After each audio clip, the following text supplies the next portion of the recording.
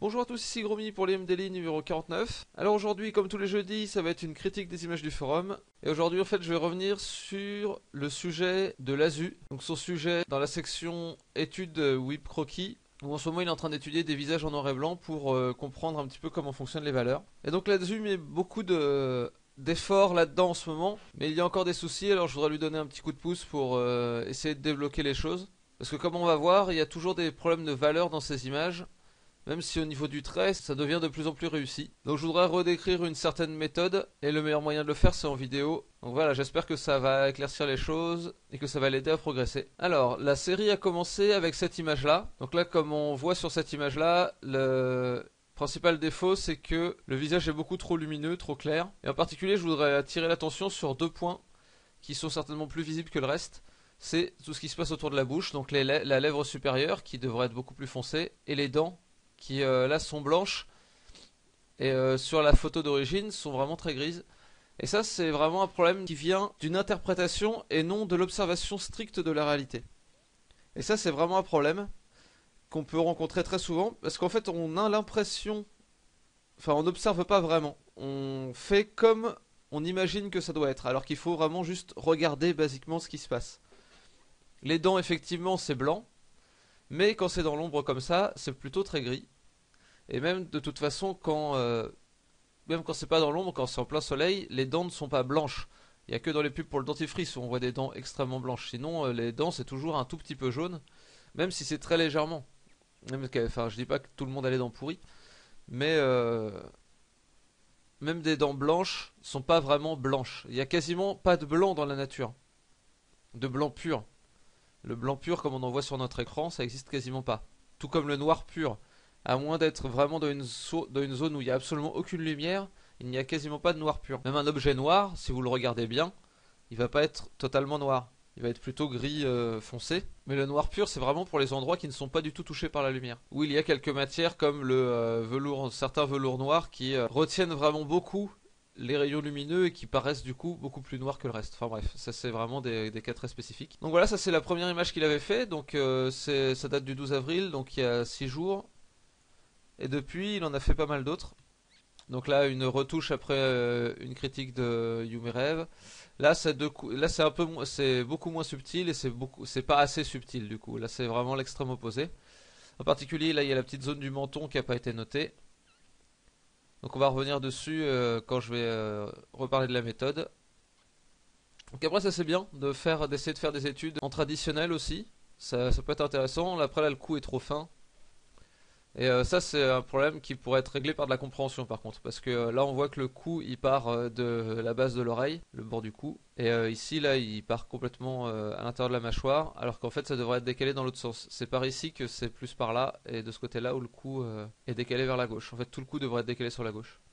Enfin bon bref, là c'est au niveau du trait, c'est pas très très grave. Donc ici c'est l'effet inverse, le visage est trop sombre, donc souvent quand on fait une erreur après on va trop loin dans l'excès inverse, donc ça peut arriver. Après là la photo de base est relativement de mauvaise qualité, donc c'est pas forcément facile de commencer avec des photos comme ça. Après il y a un autre problème dont je vais parler dans le trait, que je voudrais que vous notiez tout de suite, c'est le fait de faire le nez trop long.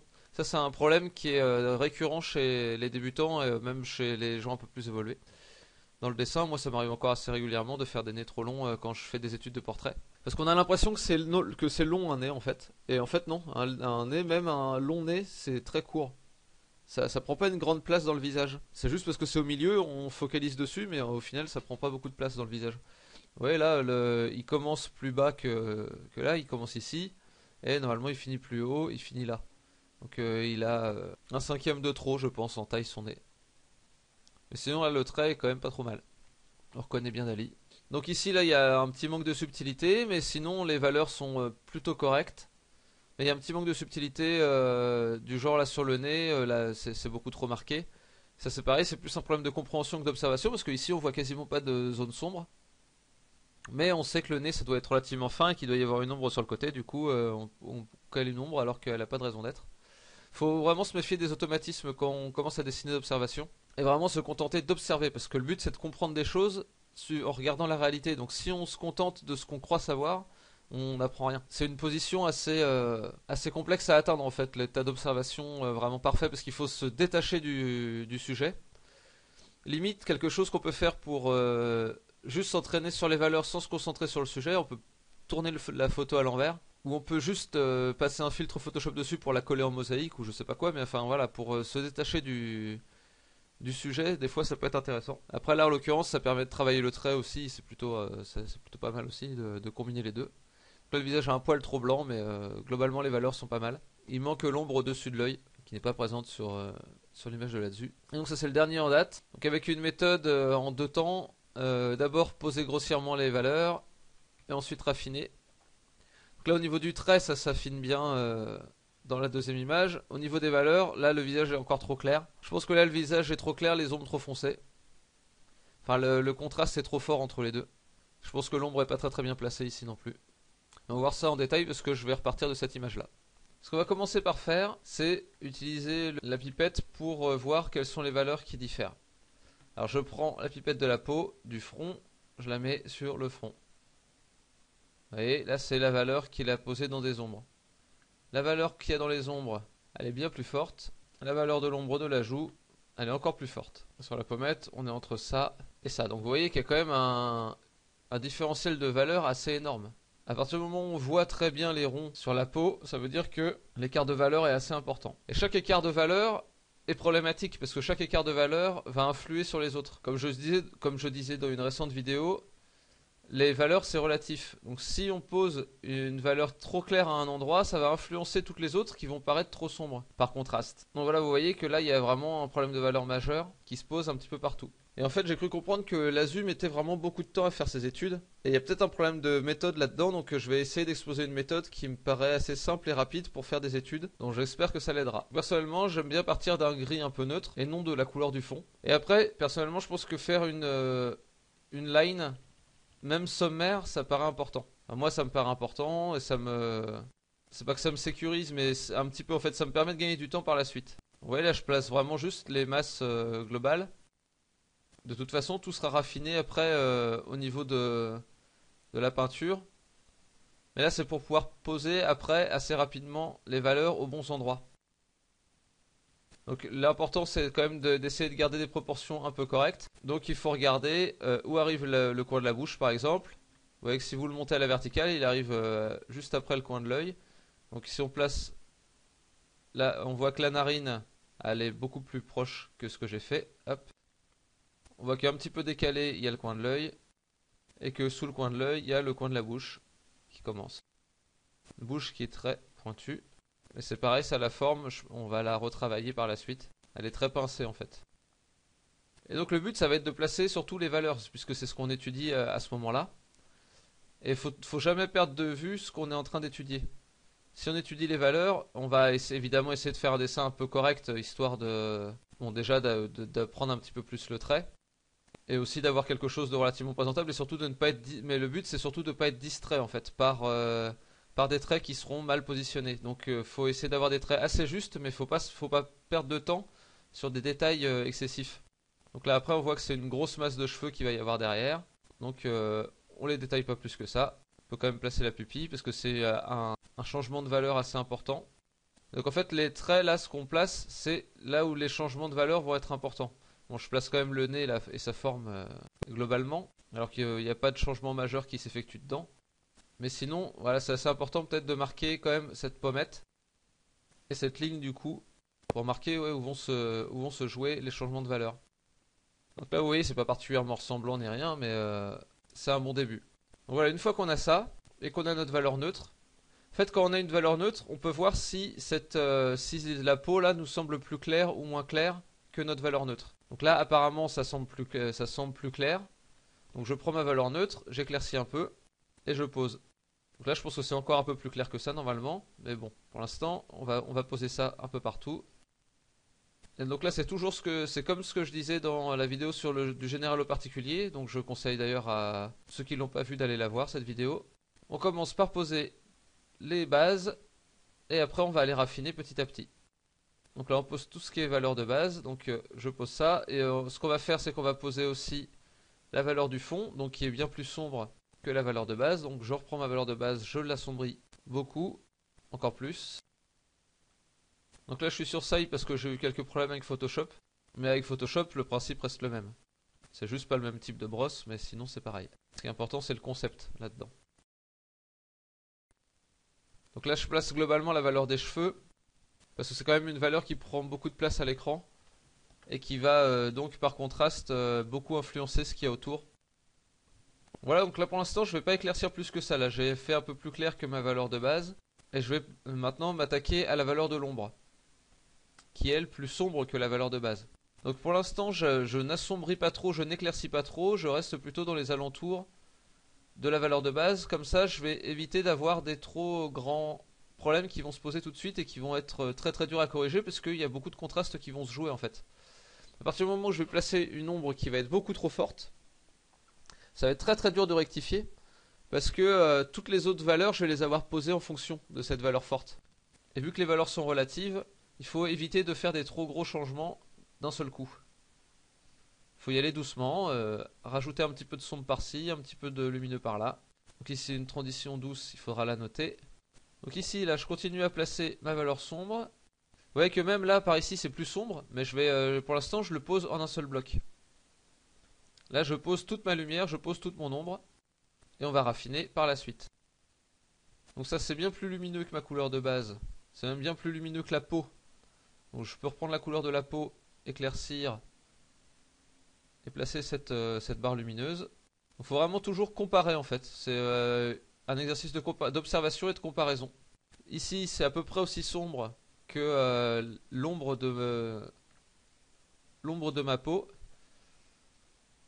Donc je reprends la même couleur, pas la même valeur. Voilà. Ici, il y a cette couleur-là qu'on retrouve là, dans le coin, mais qui part après dans une valeur qui est plus proche de la valeur de base ou de la valeur de la lumière de la peau. Donc on va faire comme ça. Voilà. Donc ici, il y a encore des ombres sous l'œil que j'ai pas notées, donc il faut les noter. Et par ici aussi. Donc ici, on voit que la lèvre est très sombre et que c'est en bas qu'il y a un petit peu de lumière. Ça va être pas loin de la valeur de base. Et là, on voit que sur le coin du nez, il y a également des ombres. Donc on va les placer. Souvent, le nez, c'est un des endroits où se pose le plus de contraste. C'est aussi pour ça que c'est un endroit qui attire beaucoup le regard. Et qu'après, on va avoir tendance à placer des nez un peu trop longs. Donc voilà, là, on a placé les valeurs de base. Non, il reste la pupille que je vais placer maintenant. Donc ensuite, on va repartir à prendre un peu plus lumineux. Toujours en changeant assez peu. Histoire de jamais tomber dans quelque chose qui sera beaucoup trop lumineux ou beaucoup trop sombre. On va faire les changements petit à petit. Donc ici, là on voit que là il y a une petite bande qui est un peu plus touchée par la lumière. Là aussi. Vous voyez que c'est assez léger. Là il y a le creux sous le nez. Et la barre du nez d'ailleurs. Qui va être plus lumineuse aussi. Je pense que j'ai encore fait le nez un peu trop grand. Mais après ça c'est plus une question de trait que de valeur.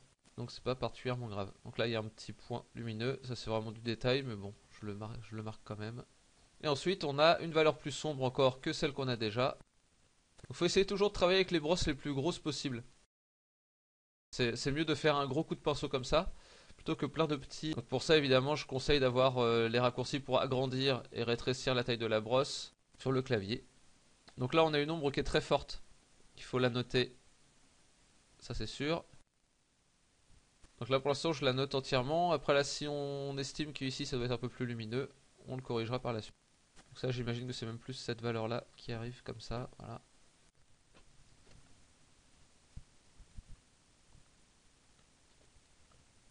Donc là il y a les sourcils qui sont à noter aussi. Et la transition entre le front et le nez qui est assez importante aussi. Là on voit qu'on a une valeur de peau qui est à peu près la même que l'intérieur de l'œil. Donc on peut réussir à placer la valeur à l'intérieur de l'œil. Et vous voyez que cette valeur là, c'est encore très très différent. Ce que je dis, il faut toujours comparer à même la photo. Il ne faut pas comparer par rapport à ce qu'on croit savoir. Ça c'est la valeur qu'on a mis dans l'œil. Ça c'est du blanc. Vous voyez que l'écart de valeur est assez énorme. On a encore plein de valeurs intermédiaires qui existent. Donc il ne faut pas être trop pressé dans les valeurs. On prend un ton médian et après on raffine petit à petit en allant vers le plus sombre et vers le plus foncé. Et après, bah, c'est vraiment juste du détaillage. Donc là, vous voyez que si on regarde l'image au global, on a encore plus sombre qui existe, là dans le cou, et on a un petit peu plus clair qui existe, peut-être dans la pupille de l'œil et sur le bout du nez. Et on a aussi la narine, très important à noter, qui est très sombre, qui est de la couleur du fond, enfin de la valeur du fond. Et on a évidemment l'intérieur de la pupille, l'extérieur aussi, qui est plus sombre. Là, on a le cil. Après, on arrive vite dans du détail, hein. Donc je vais continuer cette image et je vais vous passer le truc en accéléré. Je ne vais pas la continuer longtemps, je vais la continuer un petit quart d'heure pour vous montrer où on peut en arriver relativement vite. Je dis pas que vous devez aller aussi vite que ça, hein. Si ça vous prend plus de temps, ça vous prend plus de temps, mais c'est pour vous décrire la méthode. Mais c'est pas du tout anormal si vous allez plus lentement que ça au début.